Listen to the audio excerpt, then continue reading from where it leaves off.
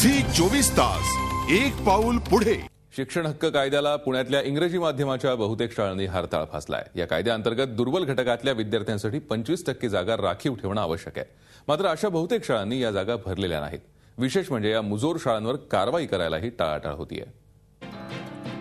खासगी शाळांमधल्या 25% जागा दुर्बल घटकातल्या विद्यार्थ्यांना राखीव ठेवण्याचा निर्णय सरकारनं घेतलाय, पण प्रत्यक्षात त्याची अंमलबजावणी होत नाहीये।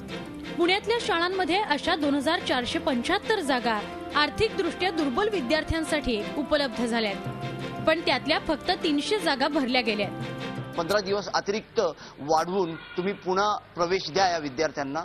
ते दिवस वाढवून सुद्धा पालकांना वेळेवरती माहिती उपलब्ध न झाल्यामुळे त्या विद्यार्थ्यांना प्रवेश मिळाला नाही आणि ते विद्यार्थी शिक्षण हक्क कायद्यापासून 25% आरक्षणापासून वंचित राहिले। राज्यातली स्थिती यापेक्षाही विदारक आहे। राज्यात अशा विद्यार्थ्यांसाठी 2,50,000 जागा उपलब्ध असताना फक्त 67,000 जागा भरल्या गेल्यात। असं असतानाही शिक्षण मंडळ कारवाई करायला टाळाटाळ करत आहे। ज्या शाळांमध्ये काही जागा रिक्त होत्या तर त्या शाळांनी आम्ही आमच्या शिक्षणाधिकाऱ्यांना सूचना दिल्या आणि शिक्षणाधिकाऱ्यांनी त्या जागा भरून घेण्याचा प्रयत्न केला। आता पहिलंच वर्ष असल्यामुळं तर आपल्याकडे जवळपास 2.25% मध्ये ॲडमिशन्स व्हायला पाहिजे, तर मागच्या वर्षी 67,000 ॲडमिशन झाल्या होत्या।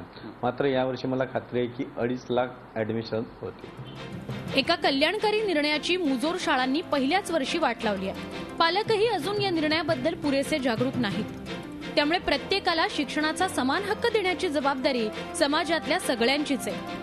विशेषतः पालकांनी जास्त जागरूक असणं गरजेचं आहे। झी 24 ताससाठी पुण्याहून नितीन पाटोळेसह ब्युरो रिपोर्ट। झी 24 तास एक पाऊल पुढे।